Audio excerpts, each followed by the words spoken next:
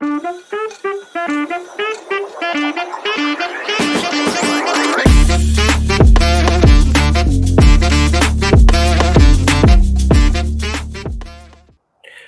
Everyone, kaizen classes के इस online platform पर एक बार फिर आपका स्वागत है।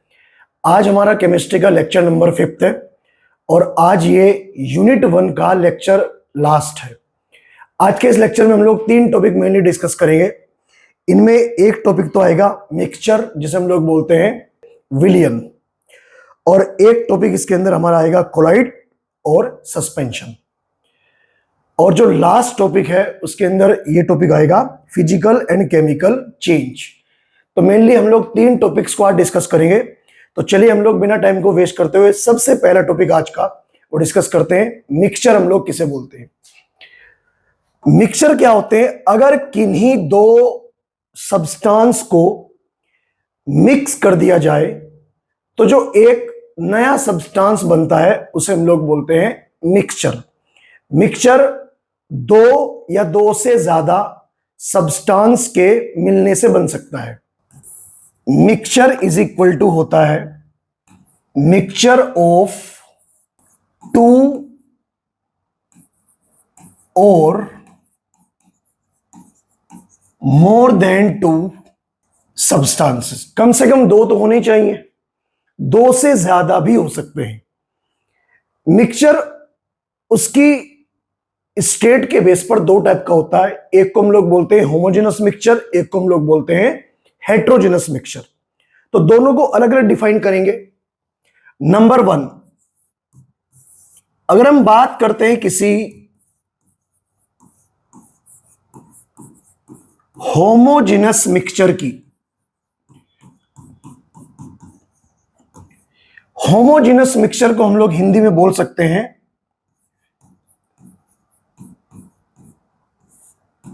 समांग मिश्रण, क्योंकि मिक्सचर को हम लोग हिंदी में बोलते हैं मिश्रण, समांग मिश्रण। और दूसरे नंबर पर जो आएगा उसका नाम होगा हेट्रोजिनस। इसे हम लोग कहेंगे विषमांग मिश्रण। ये 2 प्रकार के होते हैं, ये 2 टाइप के होते हैं। होमोजेनस और हेट्रोजिनस में क्या डिफरेंस है देखिएगा ध्यान से।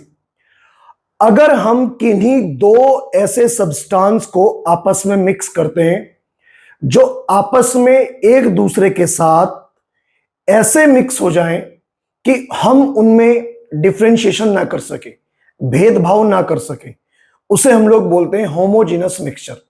बिकॉज होमो वर्ड जो हम लोग यूज करते हैं वो यूज करते हैं सेम के लिए, कि वो दिखने में हर जगह से सेम हो। जैसे मैं 3-4 एग्जांपल दे रहा हूं कि sugar dissolve in water, sugar और वाटर का सॉल्यूशन कहलाता है homogeneous mixture. Salt plus water, अगर सोल्ट और वाटर को मिक्स कर दिया जाए तो जो सॉल्यूशन बनेगा उसे हम लोग कहेंगे होमोजेनस मिक्सचर। ऐसे ही अगर अल्कोहल को वाटर में डिसोल्व कर दिया जाए तो उसे भी हम लोग होमोजेनस मिक्सचर ही कहेंगे। ऐसे और भी बहुत सारे मिक्सचर, जैसे यूरिया को वाटर में डिसोल्व कर दिया जाए वो भी होमोजेनस मिक्सचर होगा। बट वहीं दूसरी तरफ अगर हम लोग बात करते हैं हेट्रोजेनस मिक्सचर की, जैसे सैंड पार्टिकल्स को, सैंड को वाटर के अंदर डिसोल्व अगर किया जाए तो वो हेट्रोजेनस मिक्सचर हो जाएगा। बिकॉज सैंड और वाटर एक दूसरे के साथ में इजीली मिक्सअप नहीं हो सकते। जैसे ही हम लोग सैंड को वाटर में डिसोल्व करते हैं तो सैंड हमें अलग दिखाई देगा, जो रेत है वो अलग दिखाई देगा, और पानी अलग दिखाई देगा, वाटर अलग दिखाई देगा।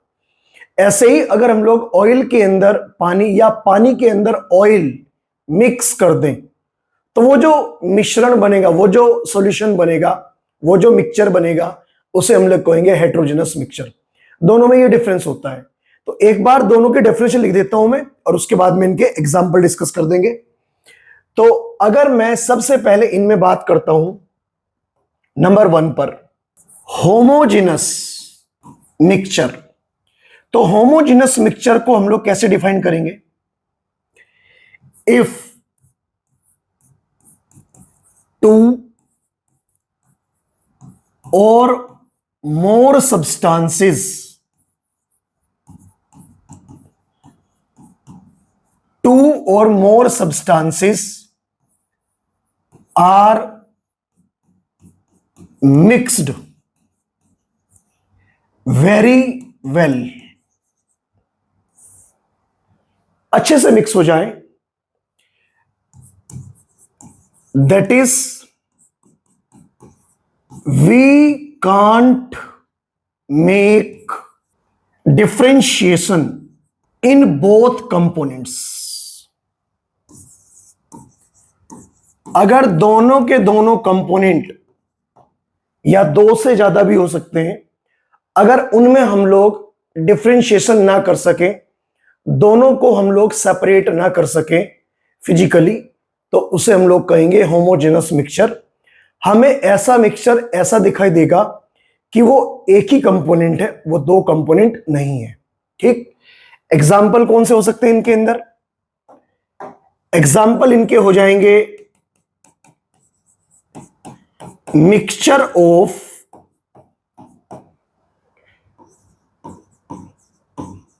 Sugar plus water. Second example, mixture of salt plus water. और third example, mixture of alcohol plus water. कुल मिलाकर ये इसके एग्जाम्पल्स हैं। एक और मैं बात यहां पर ऐड कर रहा हूं, होमोजेनस मिक्सचर को हम लोग सॉल्यूशन भी बोल सकते हैं। सॉल्यूशन मींस विलियन। तो मैं इस मिक्सचर को एक और नाम दूंगा, यहां मैं लिख रहा हूं homogeneous mixture that is solution, क्योंकि हेट्रोजेनस मिक्सचर को हम लोग सॉल्यूशन नहीं बोलेंगे। सॉल्यूशन बोल सकते हैं, हिंदी में हम इसे विलियन बोलते हैं। ठीक, तो ये हुआ कंप्लीट होमोजेनस मिक्सचर का एग्जांपल। अब बात ऐसे ही हम लोग करेंगे नेक्स्ट, सेकंड नंबर पर हेट्रोजेनस मिक्सचर। और हेट्रोजेनस मिक्सचर हम लोग ऐसे मिक्सचर को बोलते हैं जिनमें वो दोनों या दो से ज्यादा कंपोनेंट एक दूसरे में वेल डिफाइंड नहीं होते, वेल मिक्स नहीं होते, दोनों किसी ना किसी स्टेट में, किसी ना किसी कंडीशन में सेपरेट रहते ही रहते हैं। ठीक है, तो हम लिख सकते हैं यहां पर the mixture in which both components not mixed well, not mixed well, separate दिखाई देते हैं। और इंपॉर्टेंट बात यही है कि हेट्रोजेनस मिक्सचर जो होता है वो एक सॉल्यूशन का एग्जांपल नहीं है, वो सॉल्यूशन नहीं कहला सकता। तो हम कह सकते हैं it is not considered as solution, इसे हम लोग सॉल्यूशन नहीं कहेंगे। और इसके एग्जाम्पल आपके सामने कौन कौन से हो सकते हैं? इसके एग्जाम्पल हो सकते हैं जैसे कि सैंड प्लस वाटर, जैसे ऑयल प्लस वाटर। तो ऐसा भी हो सकता है कि सॉइल प्लस वाटर, इस तरह से हम लोग इसे मान सकते हैं। जैसे वाटर है, वाटर में हमने कुछ ड्रॉपलेट्स, कुछ ड्रॉप्स ऑयल की ऐड कर दी, तो ऑयल वाटर की सरफेस पर फ्लोट करता रहेगा। तो वो भी किसका एग्जांपल होगा? वो भी एग्जांपल होगा हेट्रोजेनस मिक्सचर का। तो मिक्सचर दो टाइप के होते हैं, होमोजेनस और हेट्रोजेनस। ठीक है, अब जो हमारा नेक्स्ट टॉपिक इसके अंदर आएगा उसका नाम है कोलॉइड्स। कोलॉइड हम लोग किसे बोलते हैं? तो देखिए स्टूडेंट, कोलॉइड किसे बोलते हैं? टॉपिक का नाम है, दूसरे नंबर का टॉपिक है ये मिक्सचर के बाद।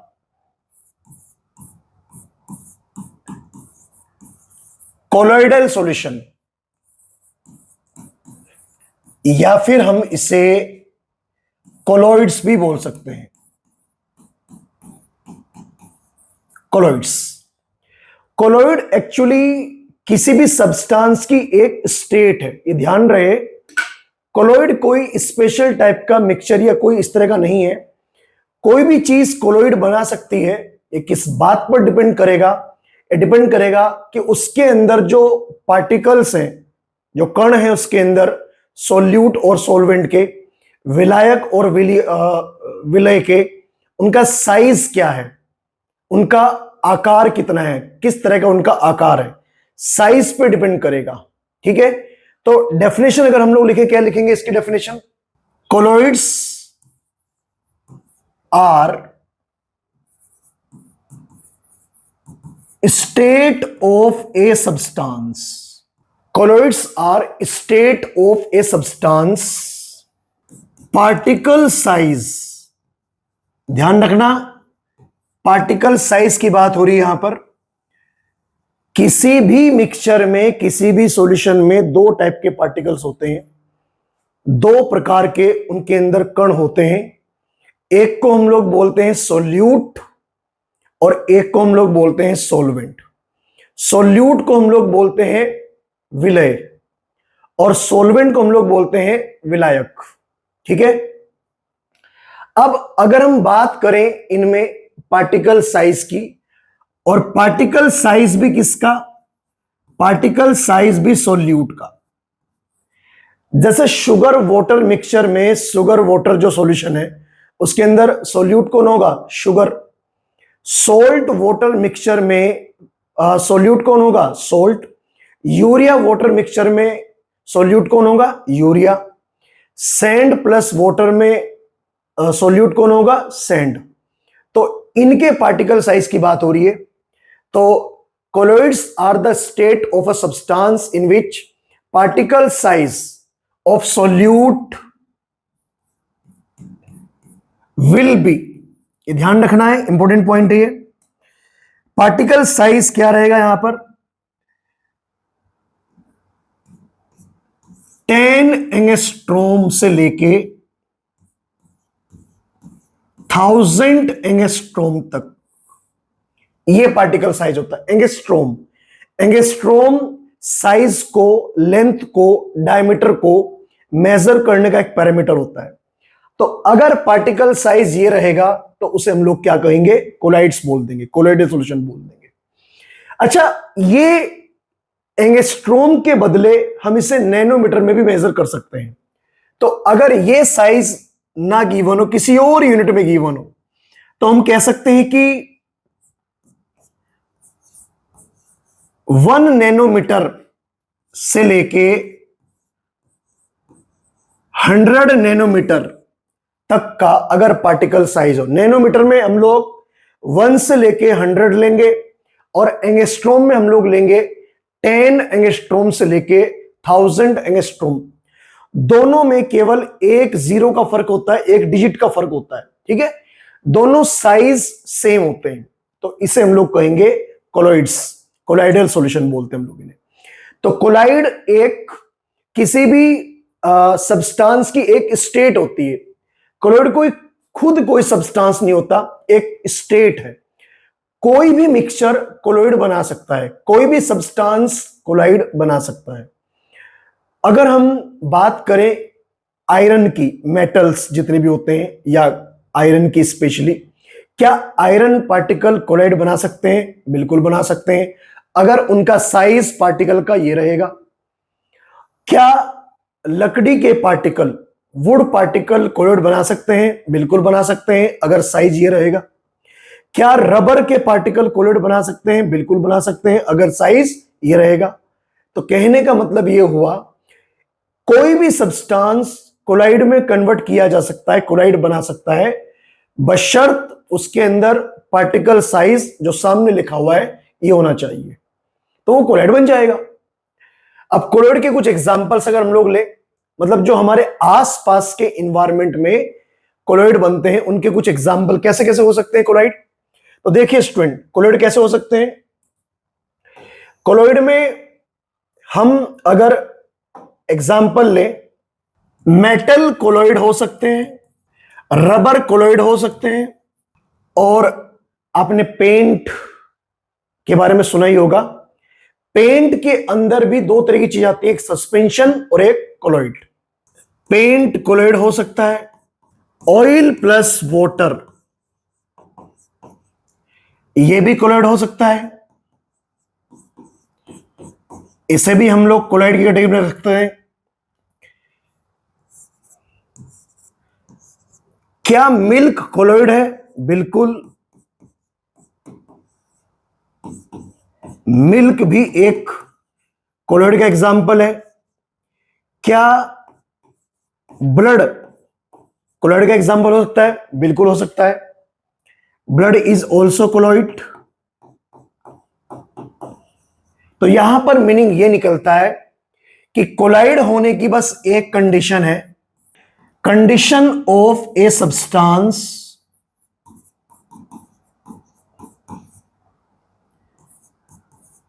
To be colloid. किसी भी सब्सटेंस के कोलॉइड होने की क्या कंडीशन है? तो किसी भी सब्सटेंस के कोलॉइड होने की कंडीशन क्या है कि उसके अंदर जो पार्टिकल साइज है, उसका पार्टिकल साइज अगर इस रेंज में होगा, या तो 10 एंगस्ट्रोम से लेके 1000 एंगस्ट्रोम, या फिर 1 नैनोमीटर से लेके 100 नैनोमीटर, तो वो सॉल्यूशन कहलाएगा कोलॉइड। मार्केट में कोलॉइड के बहुत सारे मिक्सचर, बहुत सारे सॉल्यूशन आते हैं। Most of the cup syrup या कोई भी ऐसी मेडिसिन जो सिरप की फॉर्म में पाई जाती है, उसके ऊपर बिल्कुल क्लियर कट साफ साफ लिखा रहता है कि ये सिरप, ये सॉल्यूशन कोलॉइड है या सस्पेंशन है या ट्रू सॉल्यूशन है। एक्चुअली सॉल्यूशन 3 टाइप के होते हैं, ट्रू सॉल्यूशन और कोलॉइडल सॉल्यूशन और सस्पेंशन। ठीक, पार्टिकल साइज सबसे छोटा जो होता है वो ट्रू सॉल्यूशन के अंदर होता है। उसके बाद थोड़ा सा पार्टिकल साइज लार्ज होगा, जो इस रेंज में लाई करेगा वो कोलॉइड हो जाएगा। और अगर पार्टिकल साइज थोड़ा सा और बढ़ गया, और कितना बढ़ गया कि 1000 एंगस्ट्रोम से ऊपर या फिर 100 नैनोमीटर से ऊपर, अगर पार्टिकल साइज इससे ज्यादा हो जाएगा तो वो मिक्सचर, वो सॉल्यूशन कहलाएगा सस्पेंशन। ठीक है, कई बार कप सिरप या छोटे बच्चों की जो मेडिसिन आती है वो सिरप की फॉर्म में ही आती है, लिक्विड फॉर्म में ही देते हैं डॉक्टर, क्योंकि उन्हें टेबलेट को निगलने में, चबाने में प्रॉब्लम होती है। छोटे बच्चे कैसे चबाएंगे? तो उसके लिए क्या किया गया है मेडिसिन फील्ड ने कि उस मेडिसिन को सॉल्यूशन में कन्वर्ट कर दिया, और उस सॉल्यूशन की बोतल के ऊपर कई बार लिखा होता है कि this is suspension, this is colloid या this is true solution. Doctor कई बार बोलते हैं कि भाई या उसके ऊपर लिखा भी होता है कि शेक वेल बिफोर यूज, मतलब उसे हल्का सा ऐसे स्टीयर करके, ऐसे हिलाकर, और तब जाकर बच्चे को दो या तब जाकर उसे यूज करो। उससे क्या होता है कि अगर अगर पार्टिकल साइज की बात करें, पार्टिकल साइज सॉल्यूशन के अंदर जितना ज्यादा होगा, जितना बड़े साइज का पार्टिकल होगा, उसके अंदर एक खास तरह की टेंडेंसी है कि वो पार्टिकल बार बार उस बर्तन के अंदर, उस बोतल के अंदर बार बार नीचे बैठ जाएंगे, सेटल डाउन हो जाएंगे, जिसकी वजह से सॉल्वेंट अलग हो जाता है और सॉल्यूट अलग हो जाता है।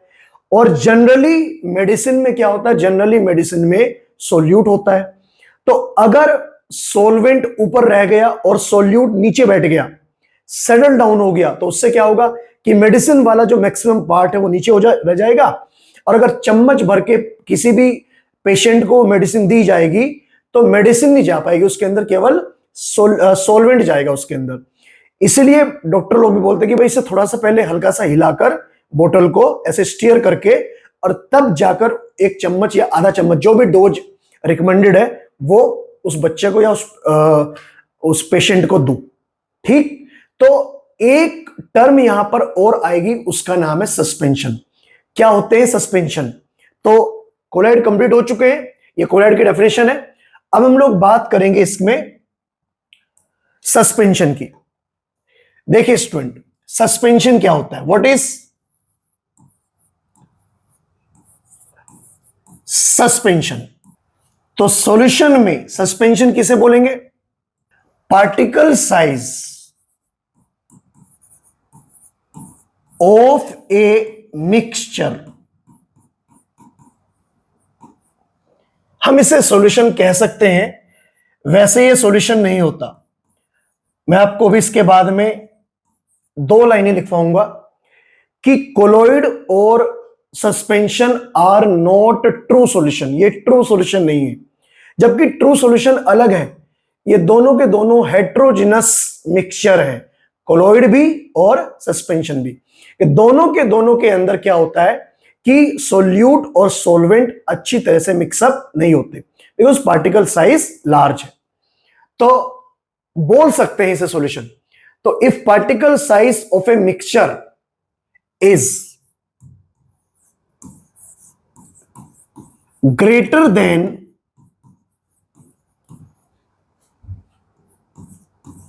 1000 एंगस्ट्रोम, ध्यान रखना 1000 एंगस्ट्रोम, और ग्रेटर देन 100 नैनोमीटर, दोनों का मीनिंग एक ही है, बस दोनों को हम लोग अलग अलग यूनिट में मेजर कर रहे हैं यहां पर। जैसे कभी तो हम लोग किसी लेंथ को मेजर करते हैं मीटर में, और कभी हम लोग उस लेंथ को मेजर करते हैं किलोमीटर में, और कभी हम लोग उसे सेंटीमीटर में मेजर करते हैं।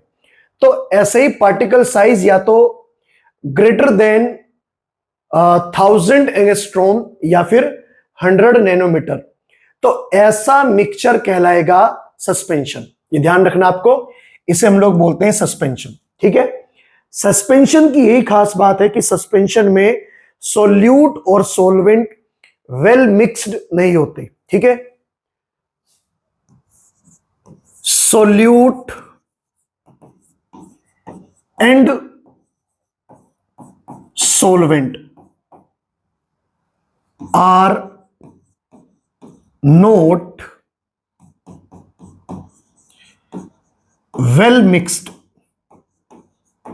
अच्छी तरह से मिक्सअप नहीं है, इसीलिए हम लोग इसे सस्पेंशन बोलते हैं, और इसीलिए ये पार्टिकल बार बार बॉटम में सेटल डाउन हो जाते हैं, ये सस्पेंशन कहलाता है। ठीक है, और इसके भी उसी तरह के बहुत सारे एग्जाम्पल पर डिपेंड करता है पार्टिकल साइज पर। ठीक है, अब एक छोटी सी लाइन में जो अभी थोड़ी देर पहले बात करता कि आपको 2 लाइनें लिखवाऊंगा मैं आपको, तो एक छोटी सी लाइन में आपको लिखवा रहा हूं यहां पर, ये याद रखने वाली है।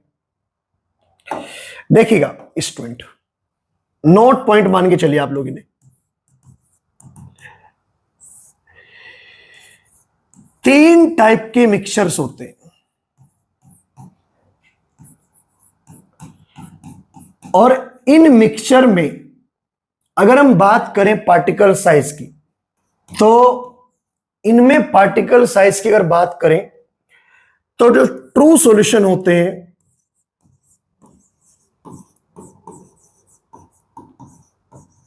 इनमें पार्टिकल साइज सबसे कम होता है, इससे ज्यादा पार्टिकल साइज कोलॉइड्स में मिलेगा, और इससे भी ज्यादा पार्टिकल साइज आपको मिलेगा सस्पेंशन में।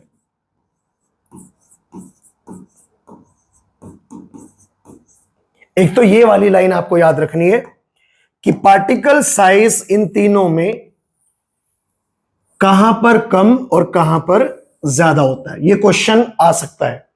और जब शीट सोल्व कराएंगे क्वेश्चंस की तो वहां पर ऐसे क्वेश्चन आपको मिलेंगे।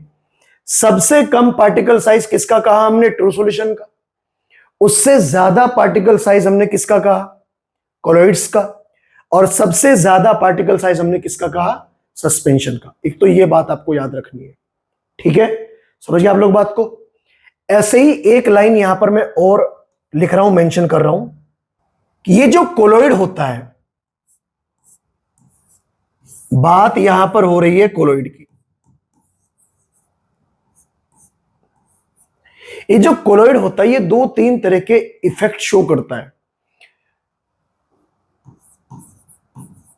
कैन शोज सम इफेक्ट, ठीक है, कुछ इफेक्ट है, कुछ फिनोमिना है। इफेक्ट को हम लोग यहां पर फिनोमिना भी बोल सकते हैं।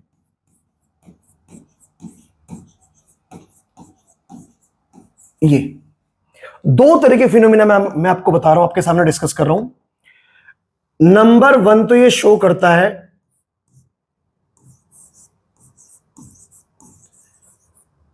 Tyndall effect. ये टिंडाल इफेक्ट क्या है?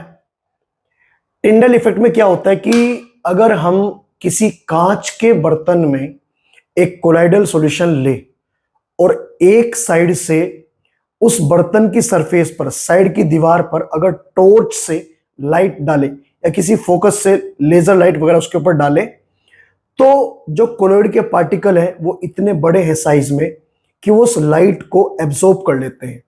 और जब वो इस लाइट को एब्जॉर्ब करेंगे तो कोलाइडल पार्टिकल के चारों तरफ एक शाइनी सरफेस तैयार हो जाएगी, ठीक, और एक कोन दिखाई देगा, एक कोन शेप का स्ट्रक्चर दिखाई देगा, और उसी कोन को हम लोग बोलते हैं टिंडल कोन, ठीक है। तो टिंडल इफेक्ट क्या होता है कि colloidal particle has the size range या particle size is this when absorbed, when the visible light beam is strike on the surface of colloidal particle, the light is scattered in all directions. It is called Tyndall effect. और वो जो light का path है जो colloidal solution के अंदर present है, उस लाइट के पाथ को हम लोग बोलते हैं टिंडल कोन। कई बार आपने दो तीन तरह के फिनोमिना देखे होंगे, ध्यान से आप लोग मेरी बात को सुने। अगर किसी अंधेरे कमरे में किसी भी कोने से बाहर से अगर लाइट एंटर कर रही है, अंधेरे कमरे में बाहर से अगर लाइट एंटर कर रही है, तो आपको लाइट का एक बीम दिखाई देगा, ठीक है। तो वो किसका एग्जाम्पल है? टिंडल इफेक्ट का। क्योंकि कमरे के अंदर डस्ट पार्टिकल है जिनका साइज कोलाइडल पार्टिकल की रेंज में लाई करता है, और जब लाइट कहीं से एंटर करती है उस अंधेरे कमरे में, तो वो जो पार्टिकल्स हैं, लाइट जब उनसे टकराएगी तो पूरा एक लाइट का बीम दिखाई देगा, जबकि वो पार्टिकल लाइट को स्कैटर कर रहे हैं, लाइट को फैला रहे हैं। एक ही एग्जांपल। दूसरा एग्जांपल टिंडल इफेक्ट का। टिंडल इफेक्ट का जो सेकंड एग्जांपल है, जब हम लोग कहीं जंगल में, फॉरेस्ट में जाते हैं और फॉरेस्ट में पेड़ बहुत ऊंचे ऊंचे होते हैं, तो अगर हम फॉरेस्ट में, घने जंगलों में अगर हम लोग जाएं और कहीं से ऊपर से अगर सनलाइट एंटर कर रही है तो हमें लाइट की मोटी मोटी बीम दिखाई देती है, वो भी टिंडल इफेक्ट का ही एग्जांपल है, ठीक है। तो कोलाइड्स या colloidal solution Tyndall effect show करते हैं, ठीक है। तो ये मैंने आपको समझाया टिंडल इफेक्ट क्या होता है। एक बार अगर डायग्राम से इस बात को समझना चाहें तो कैसे समझ सकते हैं? तो जैसे अगर इस बीकर में हम कोलाइडल सॉल्यूशन हम ले, सॉल्यूशन भरा हुआ है इसके अंदर,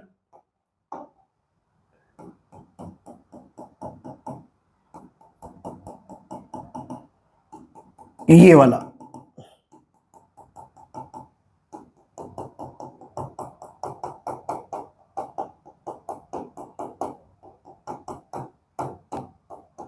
ठीक, मान के चलो कि ये कोलोइड है। ये कोई ऐसा सॉल्यूशन जिसमें पार्टिकल साइज 10 एंगस्ट्रॉम से लेके और आपका 1000 एंगस्ट्रॉम की रेंज में है। लाइट जब इसके ऊपर गिरेगी, सनलाइट इसके ऊपर जैसे गिरेगी, लाइट का बीम जैसे ही इसकी सरफेस पर लाइट गिरेगी, ये पूरी की पूरी सरफेस ये पूरी शाइनी हो जाएगी, शाइन करना स्टार्ट कर देगी और हमें इस तरह का बीम दिखाई देता है लाइट का।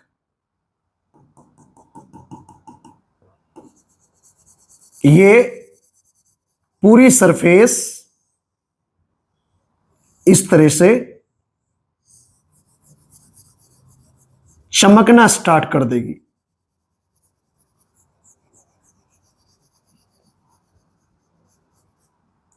इसे हम लोग बोलते हैं Tyndall effect.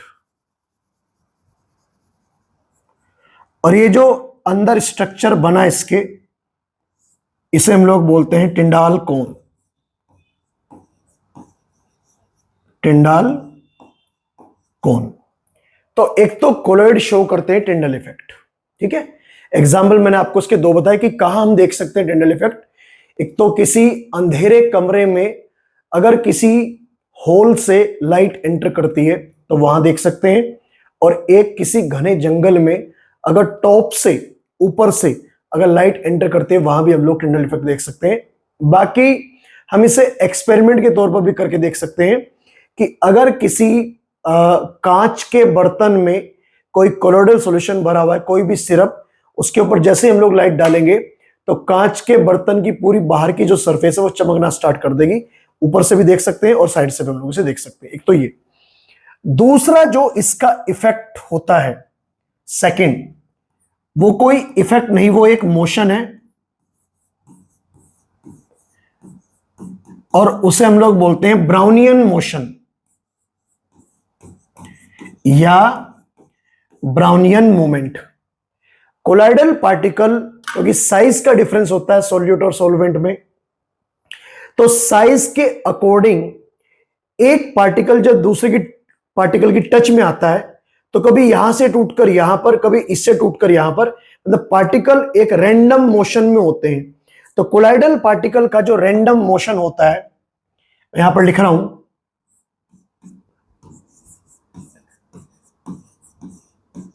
Random motion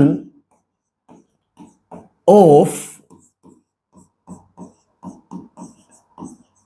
colloidal particle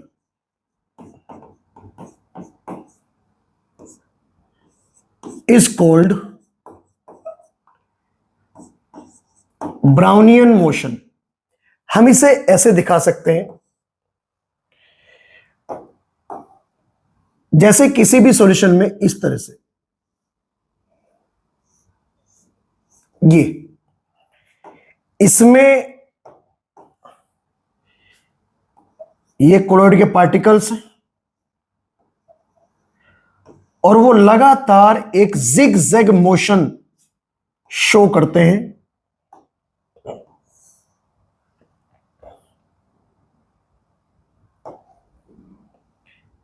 कभी इस डायरेक्शन में, कभी इस डायरेक्शन में, कभी इस डायरेक्शन में।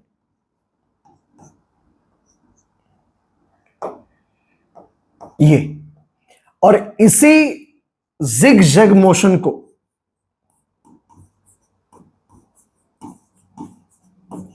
हम लोग बोलते हैं ब्राउनियन मोशन। ओके, तो मुझे उम्मीद है कोलॉइड्स और सस्पेंशन आप लोग समझ गए होंगे, ठीक है। यहां पर कंप्लीट होता है और अब हम लोग बात करेंगे सबसे लास्ट टॉपिक की, nature and behaviour of matter. ये नाम है यूनिट का, ये हमारी फर्स्ट यूनिट है और इसके अंदर सबसे लास्ट टॉपिक है physical change and chemical change, ठीक है। भौतिक परिवर्तन बोलते हैं कि भौतिक परिवर्तन क्या है, रासायनिक परिवर्तन क्या होते हैं, तो ये आप लोग समझ गए होंगे। और अब हम लोग इसके अंदर नेक्स्ट और सबसे लास्ट टॉपिक की बात करेंगे और उसमें आएगा नाम, ये थर्ड टॉपिक है इसका जो लास्ट में है, physical change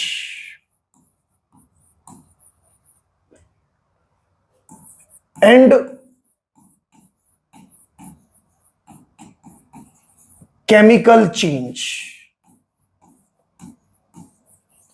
physical change and chemical change. देखो पहले मैं आपके सामने यहां पर 3 एग्जाम्पल ले रहा हूं, 3 एग्जाम्पल फिजिकल चेंज के और 3 एग्जाम्पल केमिकल चेंज के, ठीक है। आप इसे हिंदी में ऐसे भी लिख सकते हैं, इसे तो हम लोग बोलते हैं भौतिक परिवर्तन, और केमिकल चेंज को हम लोग कहेंगे रासायनिक परिवर्तन।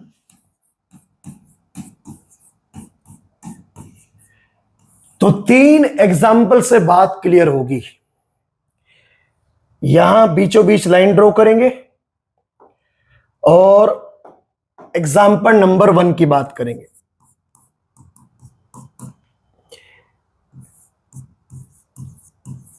Freezing of liquid water,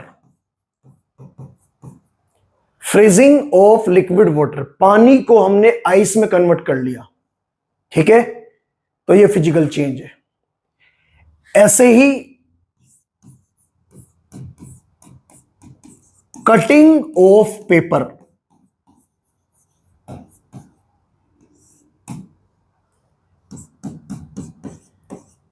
would, metal, ये भी किसका एग्जाम्पल है?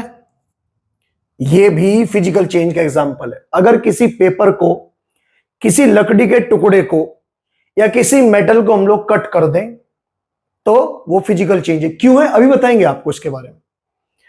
और एक तीसरा चेंज जो है, जो फिजिकल चेंज की कैटेगरी में आएगा, अगर हम किसी मेटल की शेप चेंज कर दें, हैमरिंग करके, हथौड़े से पीट कर उसे, तो वो भी क्या हो जाएगा, वो भी आपका फिजिकल चेंज का एग्जाम्पल है, ठीक है। तो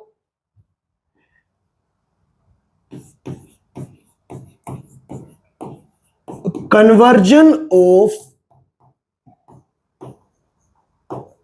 shape of an object like metal. तो ये 3 एग्जाम्पल है, आप खुद देखिएगा कि इसमें और इसमें क्या डिफरेंस है। अब हम एग्जाम्पल की बात करेंगे रासायनिक परिवर्तन की या फिर केमिकल चेंज की। केमिकल चेंज का सबसे पहला एग्जाम्पल जो मैं आपके सामने ले रहा हूं, curdling of milk. Curdling of milk का मतलब दूध से दही का बनना, ठीक है। आप लिख सकते हैं हिंदी में भी, दूध से दही का बनना। ये कुछ ऐसे एग्जाम्पल है जो हमारे डेली लाइफ में कहीं ना कहीं मिलते हैं। ऐसे ही एक नेक्स्ट एग्जाम्पल बहुत इंपॉर्टेंट है, रस्टिंग ऑफ आयरन। यह भी एक केमिकल चेंज है। ओके, समझ गए आप लोग बात को। Curdling of milk, rusting of iron. और अब मैं सबसे लास्ट एग्जाम्पल लेके चल रहा हूं, जब 2 या 2 से ज्यादा एलिमेंट आपस में रिएक्शन करके एक नया केमिकल बनाते हैं। कहने का मतलब कोई भी केमिकल रिएक्शन, कोई भी रासायनिक अभिक्रिया, वो कौन सी कैटेगरी में आएगी? वो केमिकल चेंज के अंदर आएगी। तो जो लास्ट एग्जाम्पल है वो ये, रिएक्शन बिटवीन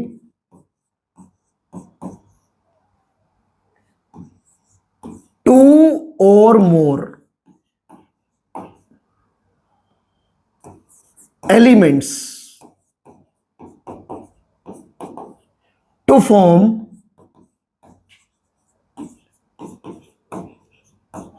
a compound।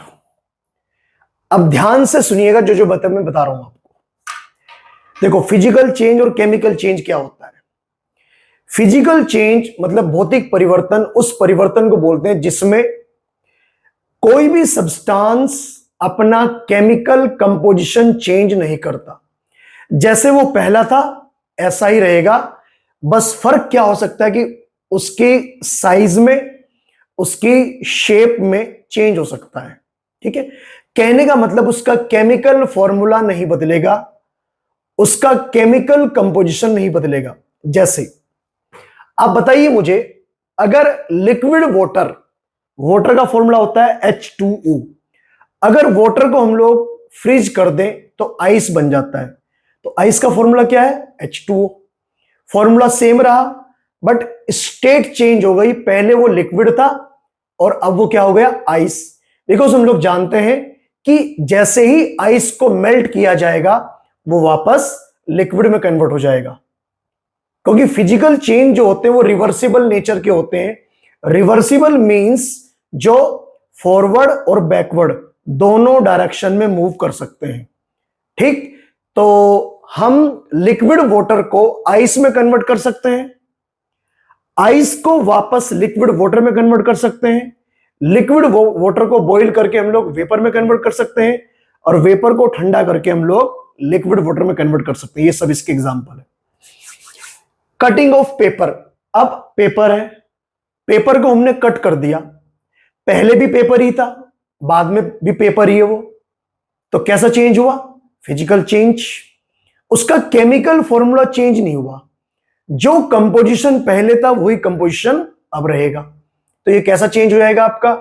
ये चेंज आपका हो जाएगा फिजिकल चेंज। लेकिन अगर उसी पेपर को हम लोग बर्न कर दें, जला दें, तो हमें उसकी राख मिलेगी, उसकी हमें ऐश मिलेगी, पाउडर बन जाएगा। अब उस पाउडर को आप लोग पेपर नहीं बोल सकते, क्योंकि उस पाउडर का केमिकल कंपोजिशन अलग है, वो कार्बन का ऑक्साइड है या वो बर्न कार्बन है। तो इसीलिए ध्यान रखना हमेशा कि कटिंग ऑफ पेपर एक फिजिकल चेंज है और बर्निंग ऑफ पेपर एक केमिकल चेंज है। ऐसे ही cutting of wood, cutting of metal. समझे बात को? Last, conversion of shape of an object like metal. कोई मेटल है, अगर वो रोड की फॉर्म में है और उसे हमने हीट करके एक पतली शीट में कन्वर्ट कर दिया किसी मशीन की हेल्प से या हैमर की हेल्प से, तो पहले भी वो मेटल ही था और अब भी वो मेटल ही है, उसके केमिकल कंपोजिशन में कोई चेंज नहीं आया। तो इसलिए ये चेंज कैसा है? फिजिकल चेंज है। फिजिकल चेंज के बारे में आपको 3 पॉइंट बता रहा हूं। क्या है? फिजिकल चेंज रिवर्सिबल होता है, मतलब जैसे रिएक्शन ऐसे जाएगी तो वापस चली आएगी, मतलब लिक्विड वाटर से आइस और आइस से वापस लिक्विड वाटर। ठीक है, ये हो सकता है, तो रिवर्सिबल नेचर का होता है। Chemical composition does not change, वो चेंज नहीं होता यहां पर। ठीक, और सबसे इंपॉर्टेंट बात यह, किसी भी फिजिकल चेंज में स्मेल, गैस और कलर, इन सभी के अंदर चेंज नहीं आता जनरली। ठीक है, बात करते हैं हम लोग केमिकल चेंज की। केमिकल चेंज एक ऐसा चेंज होता है स्टूडेंट, जहां पर वो सब्सटेंस अपना फॉर्मूला चेंज कर देता है, अपना केमिकल कंपोजिशन चेंज कर देता है। जैसे मिल्क है, मिल्क के अंदर मिलती है शुगर और उस शुगर का नाम है लैक्टोज। जैसे ही मिल्क कन्वर्ट किया जाएगा कर्ड में, वो लैक्टोज ब्रेक होकर कन्वर्ट हो जाएगा लैक्टिक एसिड में। लैक्टिक एसिड का फॉर्मूला अलग होता है, लैक्टोज का फॉर्मूला अलग होता है। इसीलिए curdling of milk is an example of chemical change.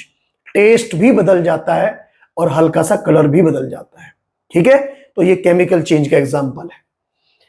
दूध से दही का बनना, रस्टिंग ऑफ आयरन, जब लोहा बिल्कुल नया नया होता है, फैक्ट्री से निकला हो, बिल्कुल शाइनी, अगर उसे हम लोग पानी में या मॉइस्चर में, नमी में बाहर रख दें, तो उसके ऊपर एक ब्राउन ब्लैक लेयर जम जाती है, ब्राउन रेड लेयर जम जाती है। उस ब्राउन रेड लेयर को हम लोग बोलते हैं रस्ट, हिंदी में बोलते हैं जंग। तो लोहे के एटम, आयरन के एटम पानी के साथ, ऑक्सीजन के साथ मिलकर एक फॉर्मूला बनाते हैं, और उस वो एक नया फॉर्मूला है आयरन से, और उसे रस्ट बोलते हैं। इसका मतलब यहां पर केमिकल चेंज हुआ। तो केमिकल चेंज में एक रिएक्शन होती है जो नया कंपाउंड, नया फॉर्मूला बनाती है, तो ये भी केमिकल चेंज भी, ये भी केमिकल चेंज है। उसके बाद रिएक्शन बिटवीन टू और more than two element to form a new compound, जैसे कार्बन प्लस ऑक्सीजन मिलकर क्या बनाएंगे, CO2 बनाएंगे। अब CO2 कार्बन से भी अलग है, ऑक्सीजन से भी अलग है, फॉर्मूला चेंज हो गया, नया केमिकल बन गया है, ठीक है। H2 प्लस O2 मिलकर क्या बनाएंगे, H2O बनाएंगे, तो एक नया फॉर्मूला बन गया। Na मतलब सोडियम और Cl2 क्लोरीन मिलकर क्या बनाएंगे, NaCl बनाएंगे। तो ऐसे कर करके जब दो या दो से ज्यादा सब्सटेंस आपस में कंबाइंड करके एक नया केमिकल बनाते हैं, उसे बोलते हैं हम लोग केमिकल चेंज। केमिकल चेंज की तीन खास बातें क्या है, जैसे मैंने यहां पर बताया था आपको। पहला, केमिकल चेंज में जो केमिकल चेंज होता है वो इरिवर्सिबल होता है, मतलब एक बार प्रोडक्ट बन गया तो बन गया, वापस नहीं उससे हम लोग ओरिजिनल प्रोडक्ट नहीं बना सकते। रिवर्सिबल नहीं है वो, बैक नहीं आ सकता। वो दूध से दही बन सकती है, दही से वापस दूध नहीं बन सकता, ठीक है, क्योंकि वो केमिकल चेंज है, नया केमिकल बन चुका है, वो इरिवर्सिबल है। दूसरी इंपॉर्टेंट बात कि जो केमिकल चेंज है उसके अंदर कलर भी चेंज होगा, स्मेल भी आएगी और कोई ना कोई गैस भी इवॉल्व होगी। ये केमिकल चेंज में देखने को मिलता है, ठीक। तो इसी के साथ आज का ये लेक्चर कंप्लीट होता है और इसी के साथ ये पहली यूनिट कंप्लीट होती है आपकी, जिसके अंदर मैं एक बार आपको सारे के सारे टॉपिक में रीड कर देता हूं। जब भी आप ये लेक्चर देखें, सिलेबस अपने साथ रखें और सिलेबस के अकॉर्डिंग पढ़ें, क्योंकि मैं भी सिलेबस के अकॉर्डिंग चल रहा हूं। क्योंकि केमिस्ट्री में पढ़ाने को तो बहुत कुछ है, लेकिन अगर हम आउट ऑफ सिलेबस जाएंगे तो टाइम बहुत ज्यादा लगेगा, और क्योंकि वो एग्जाम में नहीं आना तो उसका कोई फायदा भी नहीं है। तो पहली यूनिट थी nature and behaviour of matter. मैं जो वर्ड यहां पर यूज कर रहा हूं, सबसे पहले definition of solid, liquid and gas हमने आपको पढ़ाया। Characteristics of solid, liquid and gas, volume, density, ये हमने आपको पढ़ाया। स्टेट ट्रांजिशन मतलब जब एक स्टेट को दूसरी स्टेट में कन्वर्ट करते हैं, सॉलिड को लिक्विड में, लिक्विड को गैस में, ऐसे करके। मेल्टिंग, फ्रीजिंग हमने आपको पढ़ाया। इवेपोरेशन, कंडेंसेशन, सब्लिमेशन, ये तीन डेफिनेशन विद एग्जांपल हमने आपको पढ़ाई। एलिमेंट्स, कंपाउंड्स एंड मिक्सचर हमने आपको पढ़ा दिया है। मिक्सचर दो टाइप के होते हैं, हेट्रोजेनस और होमोजेनस, हमने आपको पढ़ाया। कोलॉइड्स क्या होते हैं, सस्पेंशन क्या होते हैं, विद एग्जांपल हमने आपको पढ़ाया। और फिजिकल एंड केमिकल प्रॉपर्टीज अभी हमने कंप्लीट किया, ठीक। तो उम्मीद है ये पांचवा लेक्चर था आज ये, और ये पांचों के पांचों लेक्चर में ये पूरा का पूरा चैप्टर कंप्लीट हो गया है, यूनिट पूरी हो चुकी है। अब एक लास्ट लेक्चर में आपको और प्रोवाइड करूंगा इस चैप्टर का, जिसमें हम लोग करेंगे कुछ क्वेश्चंस। मैं कुछ क्वेश्चंस आपको सोल्व करने के लिए दूंगा और कुछ क्वेश्चन मैं यहां पर सोल्व कराऊंगा, ठीक। आज के लेक्चर को यहां पर कंप्लीट करते हैं और मिलते हैं हम लोग नेक्स्ट लेक्चर में। Thank you, all the best.